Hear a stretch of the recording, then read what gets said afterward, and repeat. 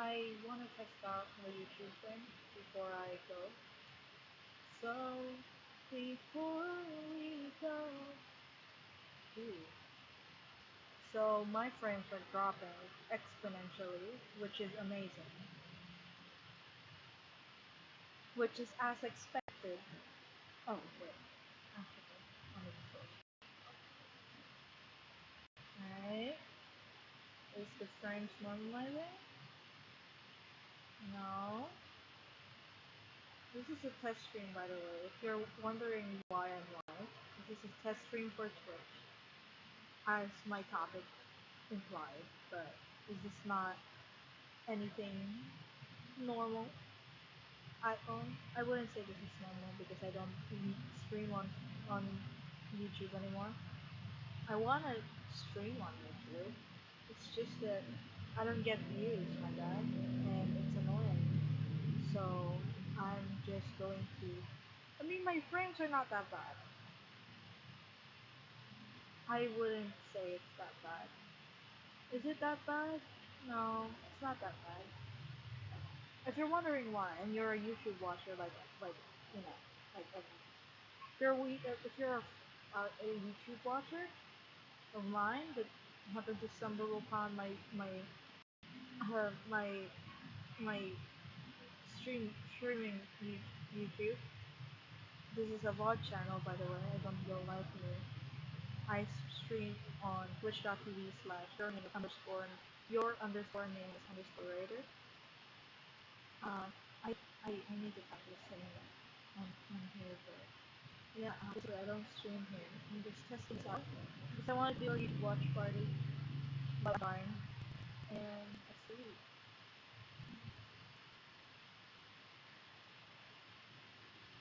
Let's watch a random thing. Let's see if it pops.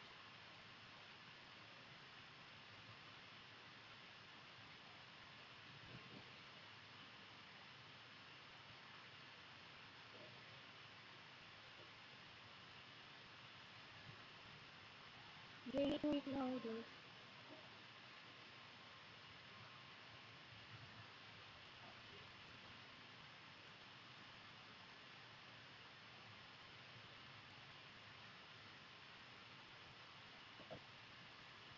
Is it trolling? It should be. It should. Apparently it's not.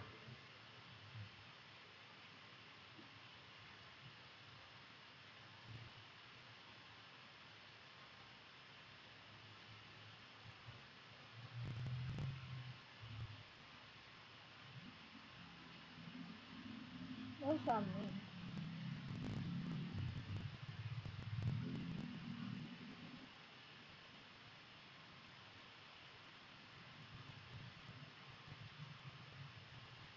I'm gonna sit down low. Oh, oh, oh. I'm gonna love you so. I don't stream. Actually, I show on the stream. And then, ooh, I'm gonna love you so. Yeah, oh, I know. I want you to never, ever, ever let me go.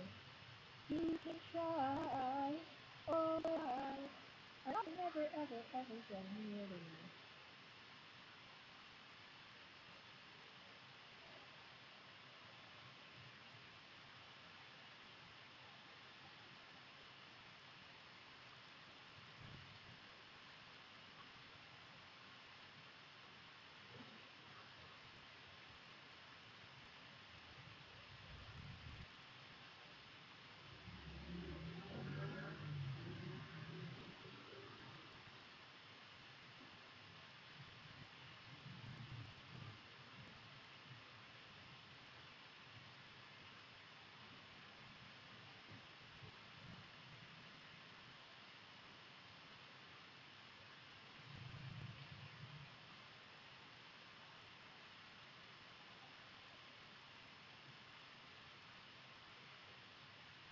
I'm, let's see, what's this? This like a, oh, that's, what is, alright. Probably not. Get it now. Right, let's play this.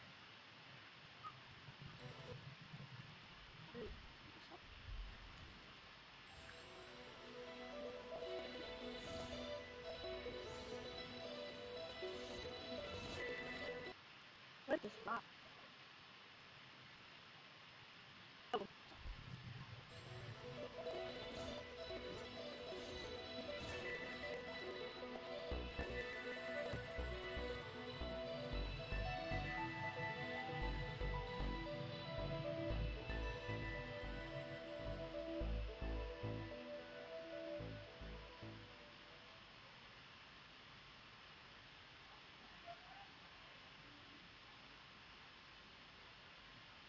What is this? Where is the yellow? She's gone. What did you say? Answer me! She's gone!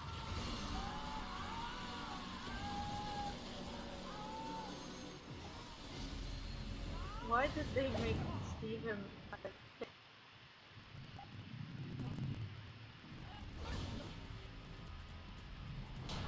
Oh, Starlight, what are you doing crawling in here? You want your legs back? You want your planet back? Surely you can understand why I can't let you leave.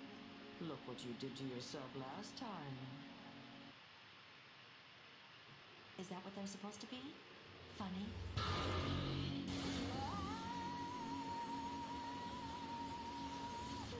Please stop helping them.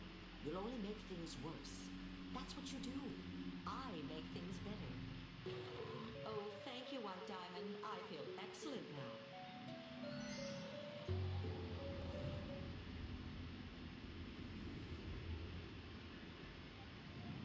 Now, Starlight, this has gone on long enough.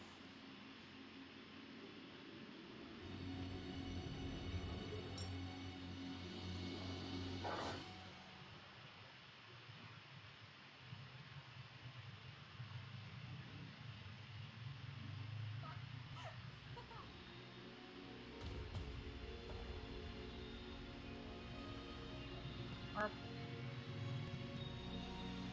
Ah, I accidentally. But I don't understand. I'm in control. Something's wrong with me. No! yeah,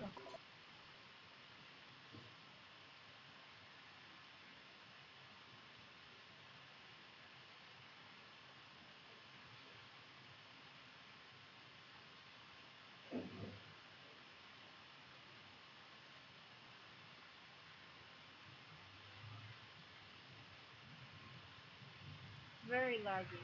So I don't know if I could stream anyone while it's echoing. Yeah.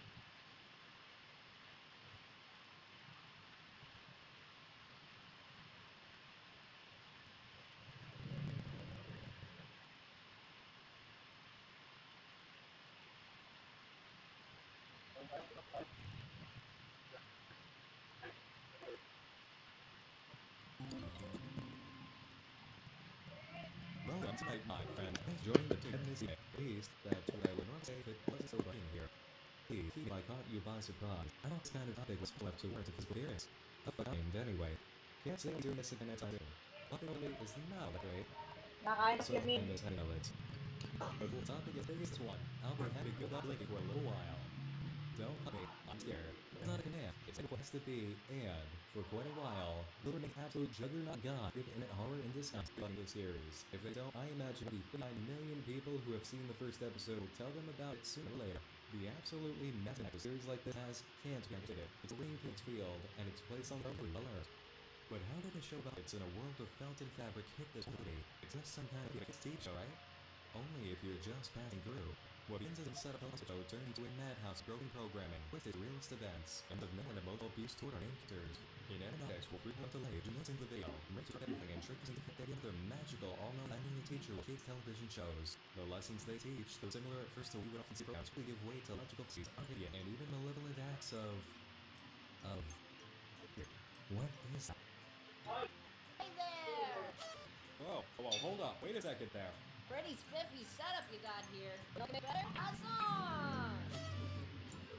No, please start singing. I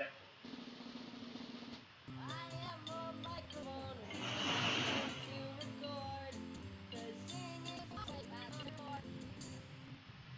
Nope. Not going with. I know exactly where that was going.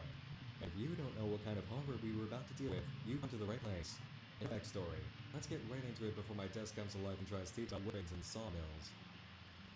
First episode, Don't Hug Me, I'm Scared, was opened July 9, 2011, and featured our main cast seated in a small kitchen. A red monster, a young boy in bright yellow, and a duck wearing a vest. It appears to be morning. They're enjoying tea looking for bears good news. They're flying high and the British pound is rising in value. But before our characters can take a moment to discuss the economy, they're interrupted by a vessel open, revealing itself to be alive. What's your favorite idea? She asks her with, and she about creativity in a very direct, very specific way. Our first hint of something off is challenged about the lucky bush. Not impressed by the notebook hair, he finds her creativity boring. And instead of explaining why using her hair to express herself is great, she reads, I use my hair to express myself. We then move to the window and are asked if the clouds in the sky are exciting. The characters say no, but nope, another look, and the cloud on the left immediately begins changing. With each new shape, our child character and the face are clean. If you listen closely, you cannot pick up the voice of the red guy. He's not going along with the lesson because he's clear that he finds it boring. And is a little boring to witness this person. After all, our character and Doc are doing basically the opposite of cloud shape. What's the first idea that comes to mind when you think of the day? Two people laying out on the grass on a bright sunny day, staring up at the sky, right? And about a cloud, they share different opinions about what they see. They're interpreting their own visions of the amorphous blob known as a cloud, or pointing out one they see that looks kind of like an object or animal, and maybe hearing agreement from the other person before they point out a different cloud. It's all about interpretation and opinion, but here we're shown one cloud, changing form to look exactly like the object both characters are saying it is at the same time. There's no interpretation here. The notebook is directly making that cloud an extremely specific shape, and instead of yellow guy and the duck sharing opinions, they have exactly the same response and the same inflection at precisely the same time for every single shape. Creativity or direct manipulation in disguise? I'm already starting to side with the red guy on his opinion of all this. Next, we go from direct coaching to explicit punishment for misbehaving. The yellow guy is creative, embracing the left by painting a picture of a clown. Or not, as the notebook immediately says he needs to slow down and then destroys it. Did the notebook tell him that was creative before he made it? Of course not, so now it needs to destroy as direct, slow, and as possible for a long quiet moment we only hear the trail. The next exercise is a bit odd, but our characters go along with it. Collectively arrange them into their favorite color. The answers from Red Guy and the Duck are both accepted, but when Yellow gets his, he's told that green is not a creative color. And while the clown painting is green, the notebook seems to have made that rule up just to spite him after the clown painting incident. The color instructional sheet has the primary colors of red, yellow, and blue, but the other two are more obscure choices of tan and brown. The notebook is also a hypocrite. She pulls out an image of a brain that includes a section, and in the jumping letters for Get Creative that come immediately after, we have green letters right alongside the approved colors blue and red. Green really might be a creative color, but because the notebook needs a reason in line with and punish Yellow Guy for displaying creativity through free will, she has to make a rule into a broken that keeps her true intention hidden, keeping people subservient and performing creative actions. If the authority doesn't tell them what to do regarding creativity, it's not creative. There's mental events up to when our characters are get creative, eat their own color table. After the duck puts down a Lee, we see the original scene of the kitchen, followed by a flash transition into a digital translation of the room. The characters are reconstructed, revealing the people filming the scene. What we've been witnessing is a television show. Once the camera is back in its original position and the room has rearranged itself, we spawn a change. Our guy and the duck are huge. They're much bigger than they were before the whole shift occurred. We leave the digital space and see that our puppet characters have never been people in suits wearing large heads, just like their eye. Most viewers remember the horror show that comes next. Wild dancing beneath a floating demand to get creative, the arrival of an intense rainstorm, desecration art with glitter, and the slicing open of a cake with a demand to get creative raw inside. The new actor celebrates the duck spells out death, and the meat from the cake is pulled through the mouse on the wall. All throughout this group fits while the hope is our original cast back in the kitchen because they're seeing this place instead of actually doing it. The echoing scream we fade out and back to the kitchen helps confirm that it's more of a hallucination than a event. After all, imagination is just another form of being creative, and seeing that the notebook has guiding this entire course of creative, it's not hard to come to the conclusion it was a forced hallucination. The notebook's statement remains twice. Now, let's all agree to never be creative again. The horrors were interesting. First, the notebook's way of satisfying the love of creativity, making the free of instruction.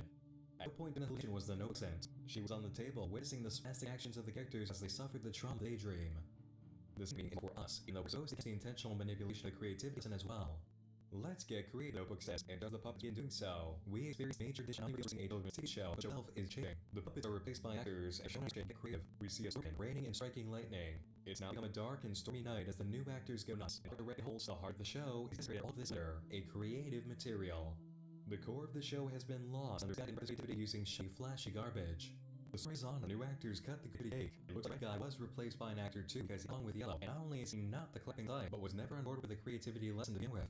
The meat inside the cake is extracted, the duck then fed to the muscling in the walls, who pay for it in older credits. The result of this is that death used to be a product of genuine creativity.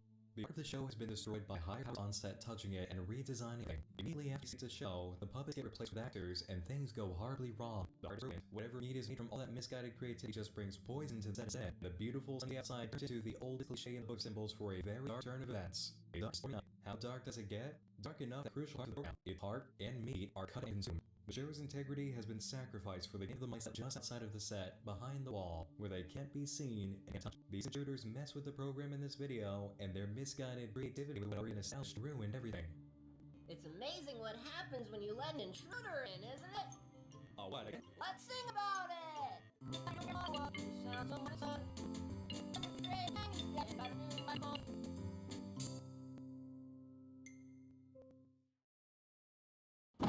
Very happy with the microphone. I'll come back. Anyway, yes, intruders are terrible, and the pattern of unwanted visitors continues in Don't Hug Me, I'm Scared Too. Our characters are sitting around the TV, waiting for their show to come on. The day has not changed from June 19th, which is interesting, but more so is what we catch on Red Guy's side of the room. There's a cig on the table, and on the shelf behind him we can see the notebook. There's also an interesting picture of the cast members, which we get a closer look after this video's intruder. The clock comes and starts to sing. The date here is clear enough to see. 1965, the Methodist United Kingdom for expressing 19th, 1959. As we glide from the spirit to an image representing the future, we see a painting of the cloud, a reminder of our first lesson on creativity. The teacher does not mess around. When the first refusal to play from the dog, proclaiming they're already clean and don't need a bath, the clock just forces him and begins scrubbing Yellow Guy. He says it's bath time, that's bath time. He then contradicts himself in scrubbing time by saying it's a ruler to measure the day, it is a merry-go-round, time somehow a straight line, and circle. The next whistle up along comes from the guy who says time. The measure show. The clock's response is behold. Don't be stupid, friends. We then go to Victorian times where all characters, including the clock, mention couples as the era, and catch what seems to be a couple store. We also went to rat meat vendor, which is the improbable venture of the rat that runs past the background during this scene. And the subject of rats later on. Right now, let's check this picture of our child character, the Yellow Guy, on a poster for the price of 19 pounds. Again, a 1930 reference. A pair of letters about Victorian words like collections of couples and the birth of rats. We move on to an early childhood life during an examination of Shakespeare turns on as time goes on. This part, extremely clever and very much of said. The duck is putting together a house of cards as his teaching, which angers him, and he breaks it. There's a time and a place for mucking around, he says. And when we turn back to the duck, he's fully obedient of the clock again, giving Yellow birthdays as a place that does on the ground. The duck has been rewarded for his obedience. The scene moves by so quickly, you'll almost completely not watching closely. There, the duck's fast surprised. Jeremy wasn't there before either. Take a look at the duck building his house of cards, and immediately after he's reprimanded and gets back in line around. The red mention camping is a fun time to see, followed by Yellow introducing us to a new character. His father. I'm friends with Dad, he says. Notice how the camera hovers on the father's face and the sky suddenly darkens behind him after a moment, only to be light blue again once we turn back to the red guy. Remember this. The clock announces have titled and turned into history and now in the future with tons of great gadgets and technology like here. Except that's it, where the future doesn't exist. We zoom out sight of a big machine working on the brain of the red guy and the duck. The duck is shown screen with flashes of new technology, gadget gizmos have, and it seems not only stuck in place but quivering. He's not enjoying this experience. Yellow Guy jumps in again with his dad using the computer to look at women. Habit for him, it seems, judging the picture he already has up on the wall. We move on to the scene with the fish, which is to show how ridiculous it's today. The notebook came out hiding on the nightstand in this shot, and Red Guy's holding the newspaper there. Once more, we see that it's June 9th. Earlier, the clock is convinced that he's probably expressed the concept of time and why it's important, but characters begin asking questions because they really haven't learned anything. The clock capable of giving answers. He shrugged them off just like the notebook did when he talked about its lesson. And speaking of notebook, there she is again behind the red guy as we switch to his side of the room, even more visible than before. The yellow guy is theorizing on the meaning of time and its actual mechanics, and we get sight of this.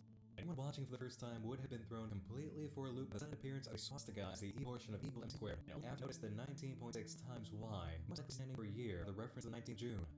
Swastika and MC squared relation is a weird way to convey a message, but its meaning is basically what video and most video series are trying to convey. E equals MC squared is the equation attributed to Albert Einstein, a German physicist who was Jewish, very much one of the Jewish men who fled his home to begin history to power.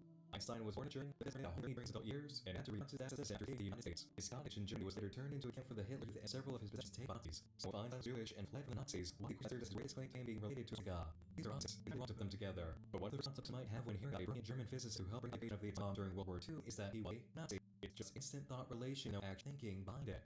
Then, when you actually decide, you come to realize that entirely backwards. The physicist was Jewish and completely against Nazis. But that first thought relation pops up, even if it's wrong. World War II equals Nazi, because word relation is not so strongly between them. That automatic assumption and its level is so severely incorrect works for the class as well. It's a talking clock, we must know about time. This is the perfect professor of time. Except he's not. He's terrible at explaining his questions, and is abusive his need of full speech answers and using buzzwords. The relation of plot equaling Master Catholic is not as bullshit as World War II German equaling Nazi.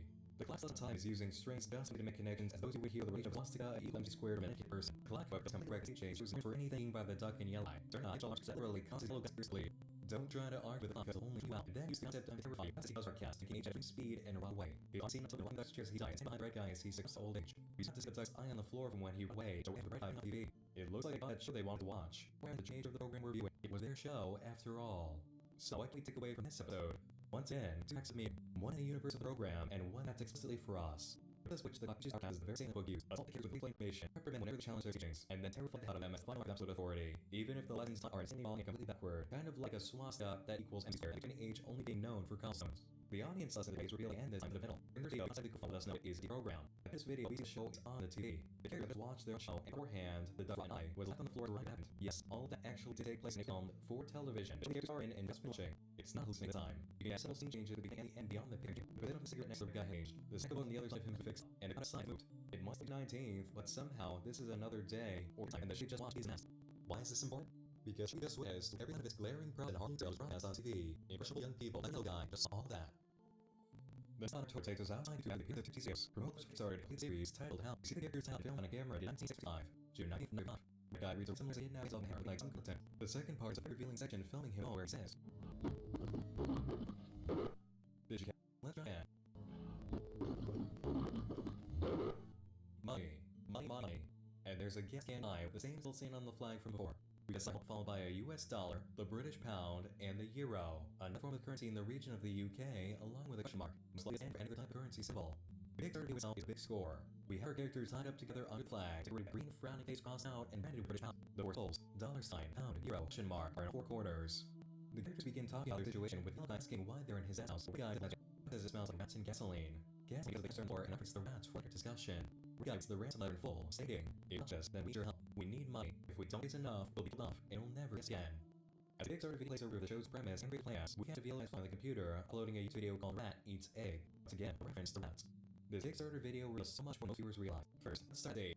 June 9, 1905 was a day in the United Kingdom, specifically the 3rd June, which meant it was Thursday.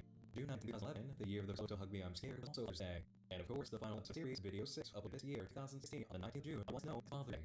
So, Father's Day, pretty important of the series. And if the importance of that exact day for this is specifically that it's Father's Day, what's important about the year 1955? There's a whole lot of stuff 1960, 1966, 1977, 1983, 1988, 1994. The year 1955 was chosen for a reason. That reason has everything to do with Don't Hug Me, I'm Scared, a television show. In the 1950s, there was only one channel on air in TV, the BBC, which was mainly public with the government. Operation BBC was funded by selling television licenses, which is similar to a provider in the US. The BBC didn't have much to worry about in the way of paying for their existence through advertising to selling the licenses, and so was relatively free of that issue. The government had seen commercialized television network in the United States, and they did not want it in their home. This all changed with the introduction of the Television Act of 1954, a law that was pushed by newly elected officials who made possible anything on the air before the network was commercialized. The Television Act passed in Parliament on July 30th, 1954, and the new network to arrive was independent television. So, while not quite June 19th, it was when the monopoly of British finally broke on television, and ITV was hard at work getting their channel ready to launch during the summer of 1955. Their premiere broadcast was September 22nd of that year.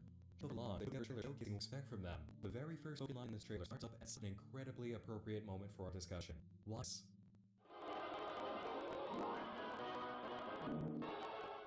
Commercial television is here. Commercial will bring you programs to you. Done, Barley.